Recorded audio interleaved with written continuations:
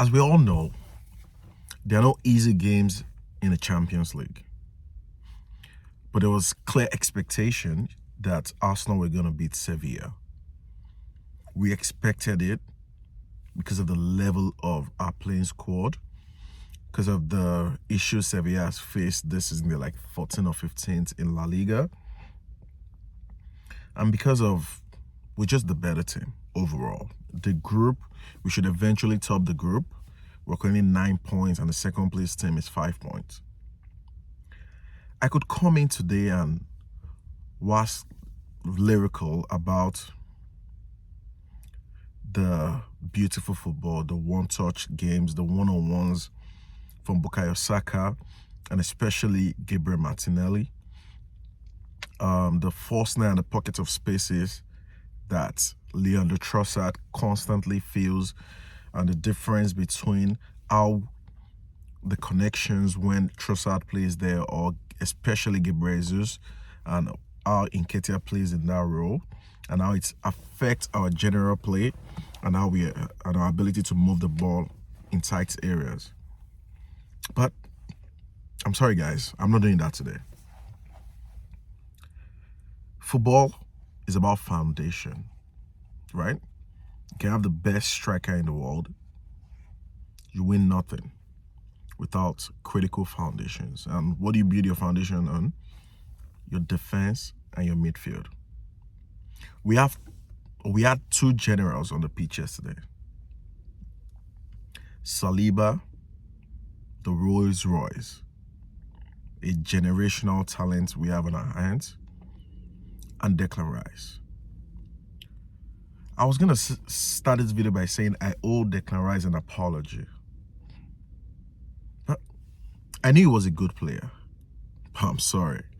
This guy has gone way and way beyond my expectation. He is a magnificent football player. There's some things that stays in your mind, right? Like you have these things that are burnt into your memory of what great players do. I remembered Arsenal against Manchester City at the Emirates this season.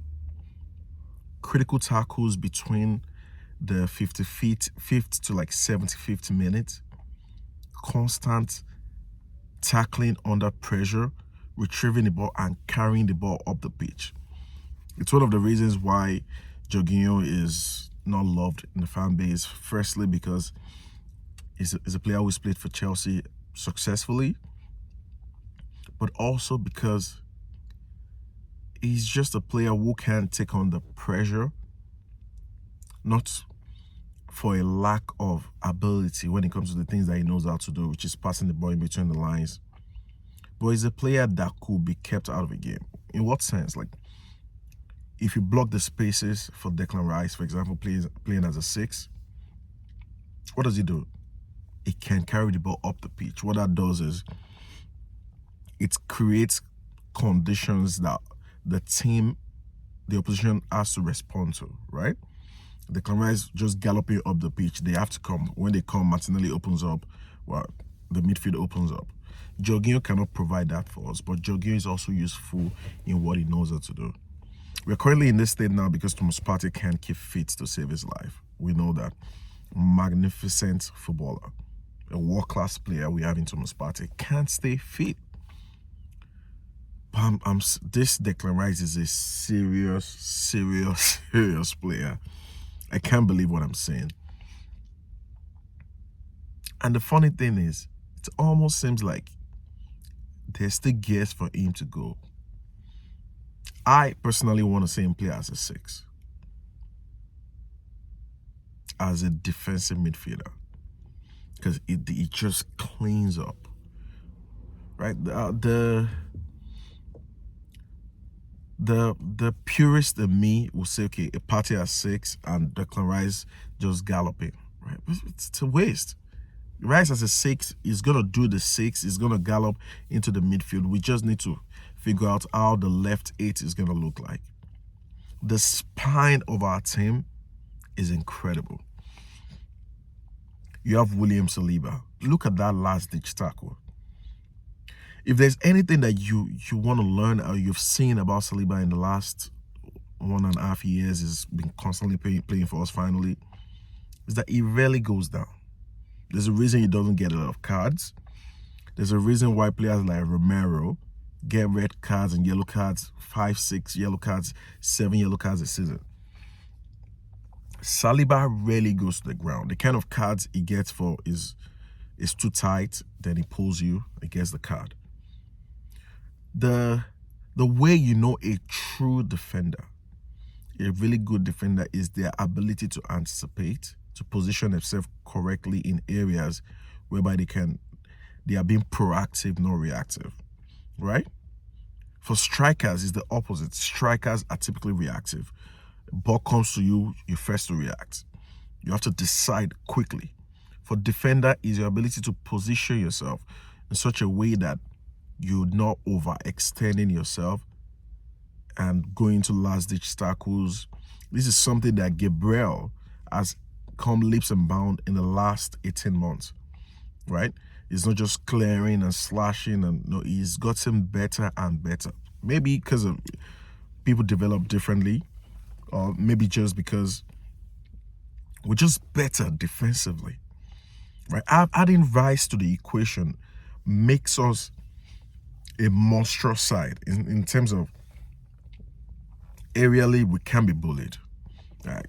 Arsenal teams of the past were constantly bullied to submission, right? We play all the ball, we play everything. If somebody crosses the ball, elbows flying left and right center. Those are the days of the past.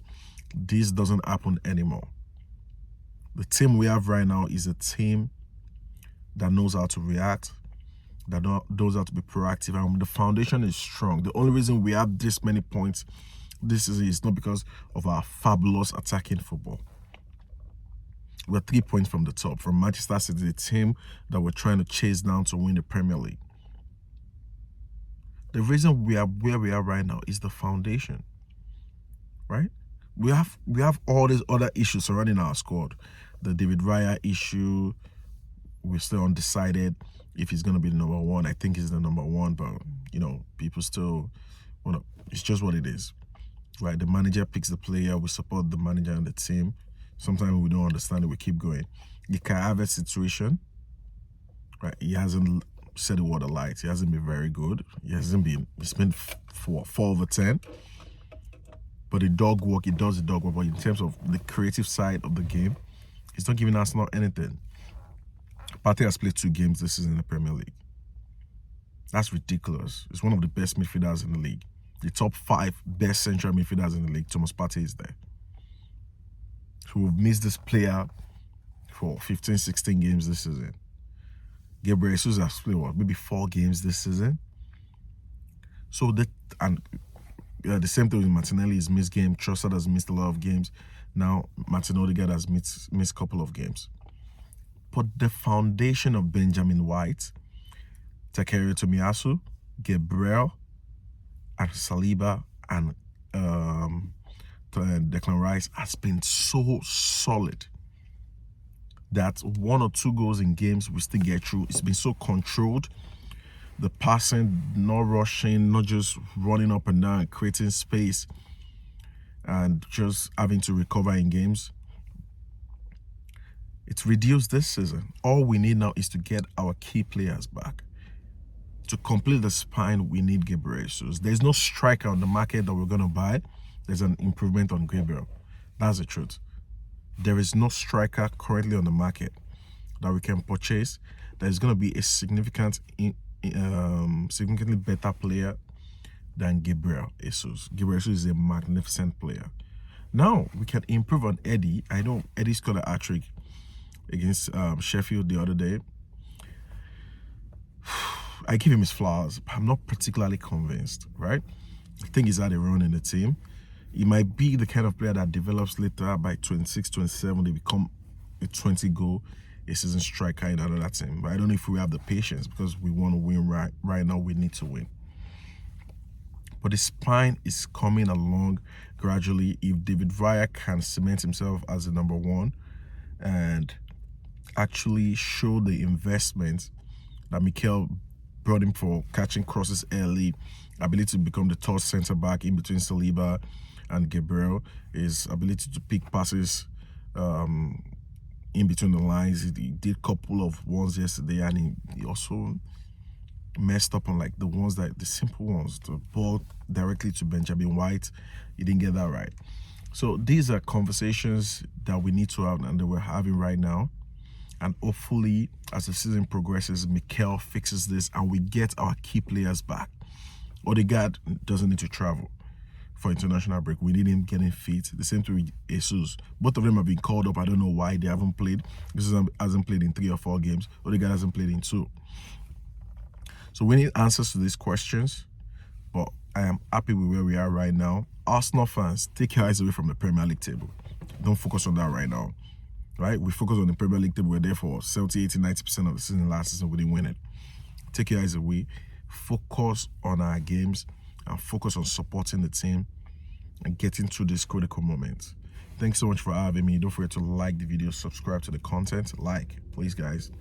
Do have a wonderful rest of your day. Stay blessed.